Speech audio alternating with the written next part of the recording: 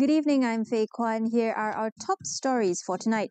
Cambodia proposes Kuala Lumpur for truce talks with Thailand, and Philippines voices its readiness to mediate talks between the two countries as it assumes the ASEAN chairmanship. All that and more coming up on AWANI International.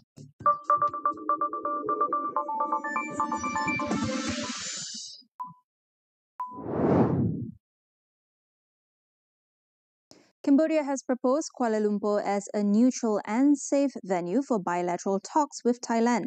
This comes as the two sides prepare to negotiate truce terms following weeks of deadly border clashes. In a letter seen by AFP to his Thai counterpart, Defence Minister T. Seha said Malaysia had agreed to host the talks. Defence Minister Natapon Nakpanit, however, suggested the talks would go ahead in Thailand, noting the previous meeting was hosted in Cambodia's Koh Kong province and saying it was now Thailand's turn. He reassured Cambodia that security concerns could be managed and that military and diplomatic matters would be kept separate. The meeting follows an ASEAN summit in Kuala Lumpur and would mark the first face-to-face talks between Cambodian and Thai officials since fighting resumed earlier this month. The recent clashes have killed more than 40 people and displacing over 900,000 on both sides. The Philippines says it is prepared to serve as a mediator between Cambodia and Thailand when it assumes the ASEAN chairmanship in January next year. Its Department of Foreign Affairs issued the statement following a special meeting of ASEAN foreign ministers held yesterday. The ministers met on Monday in Kuala Lumpur to discuss the border situation and efforts to restore a ceasefire between Cambodia and Thailand.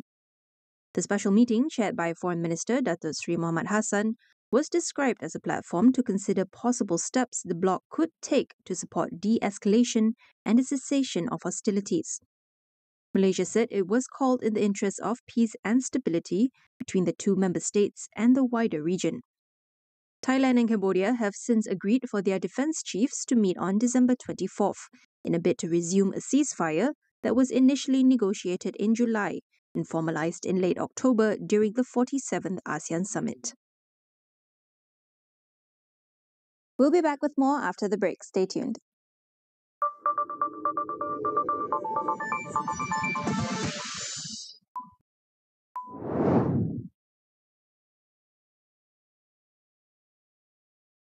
Kementerian Pendidikan bertanggungjawab sepenuhnya terhadap keselamatan murid dan pelajar sewaktu mereka di sekolah.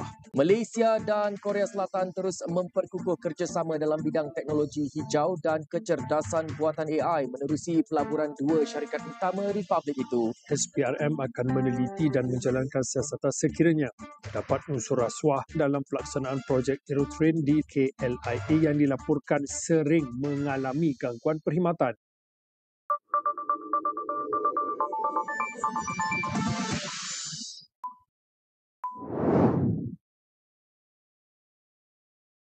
Welcome back. Donald Trump has warned Venezuelan President Nicolas Maduro that it would be smart for him to step down. The US President also signaled he is prepared to escalate pressure on Caracas after 4 months of rising tensions. Trump made the comments as the US Coast Guard continued for a second day to pursue a third oil tanker described as part of a dark fleet used by Venezuela to evade US sanctions. He also vowed to keep the first 2 ships seized by US authorities, along with nearly 4 million barrels of Venezuelan oil. Maduro hit back at Trump's latest comments, urging the US president to focus on America's own economic and social problems. The escalating standoff comes ahead of a United Nations Security Council meeting, scheduled later on Tuesday to discuss the crisis. The session was requested by Venezuela with backing from Russia and China. The campaign against Venezuela's oil sector also comes amid a major U.S. military buildup in the region. It has included more than 24 strikes on alleged drug smuggling vessels in the Pacific Ocean and Caribbean Sea near Venezuela and killed more than 100 people. The US is facing questions over lethal strikes on vessels in international waters carried out under counter-narcotics operations without congressional approval. Javed Ali, Associate Professor at the Gerald R. Ford School of Public Policy at the University of Michigan, says the strikes rely on executive authority, not law, raising concerns over transparency, legal precedent, and potential escalation with Venezuela. Legal basis that the United States has developed to carry out this campaign of strikes against what are alleged to be vessels and boats carrying drugs from the Caribbean, potentially towards the United States or other transshipment points.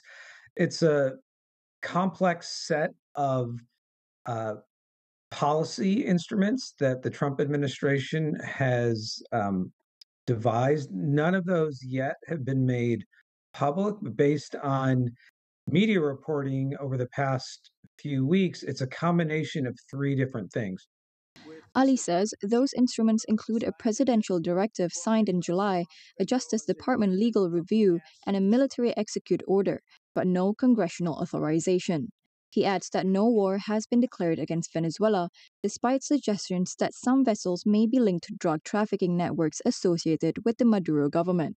But there's been no law passed by Congress, and which is different from other types of campaigns the U.S. has carried out over the decade. Certainly in the post 9/11 environment, there was something called the 2001 authorization to use military force, which the U.S. is still using every day. Now, separately, is there some violation of international law? Maybe, but at the same time, the U.S., as long as the U.S. can devise this policy regime that has been approved through all these different mechanisms, internally in the White House, the Department of Justice, then it's legal under U.S. law, even though there is no separate law from Congress that is authorizing these operations.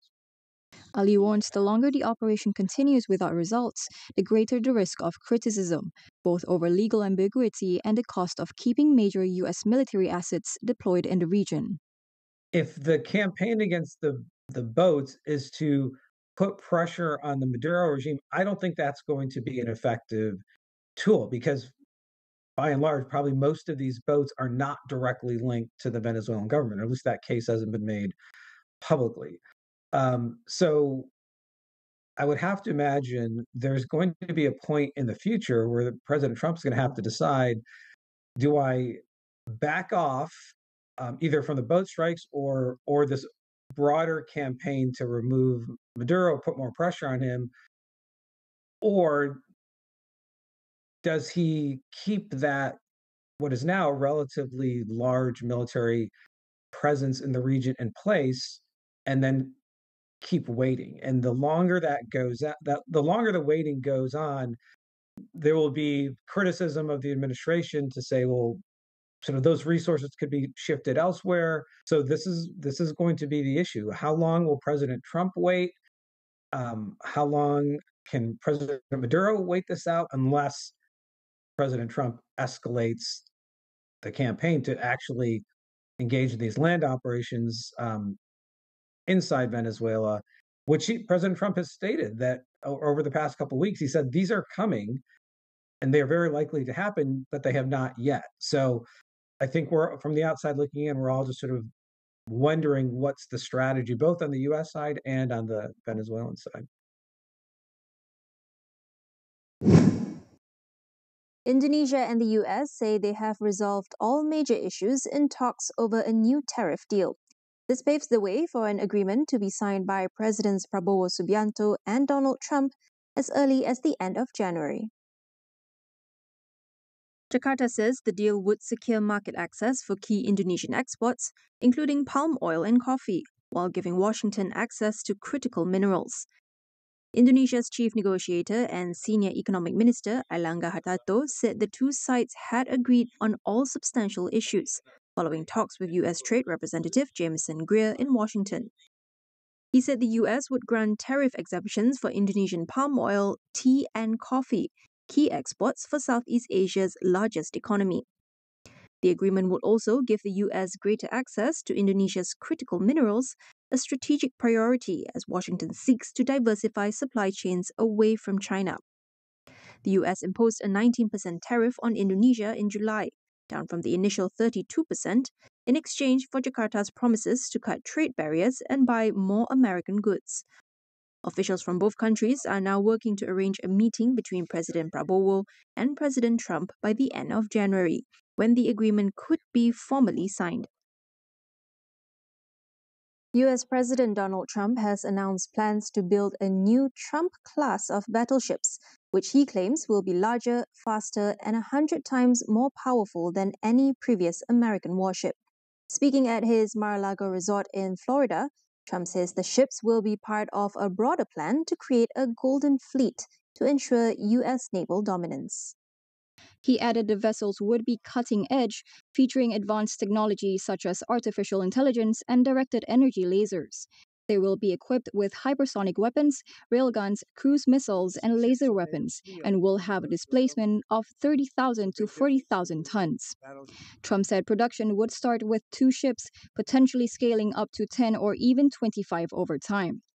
The work on the ships would begin immediately with construction of the first battleship, the USS Defiant, targeted for the early 2030s.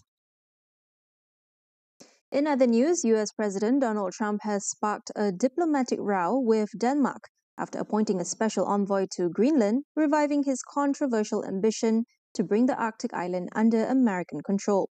Speaking to reporters, Trump says that Greenland is essential for national security, citing concerns over Chinese and Russian activity in Arctic waters. We need Greenland for national security, not for minerals.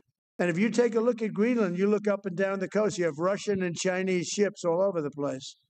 We need it for national security. We have to have it. The appointed envoy Jeff Landry said it was an honor to serve in what he described as a volunteer role, claiming he would help make Greenland part of the United States. Both Copenhagen and Greenland's leaders have rejected the move, warning that the island's territorial integrity must be respected. Greenland is a semi-autonomous territory with a population of around 57,000, with defense and foreign policy still handled by Denmark.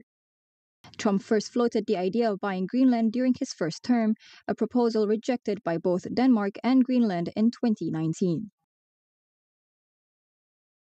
The European Union Council has renewed its wide-ranging economic sanctions on Russia for another 6 months, extending the measures until July 31st, 2026.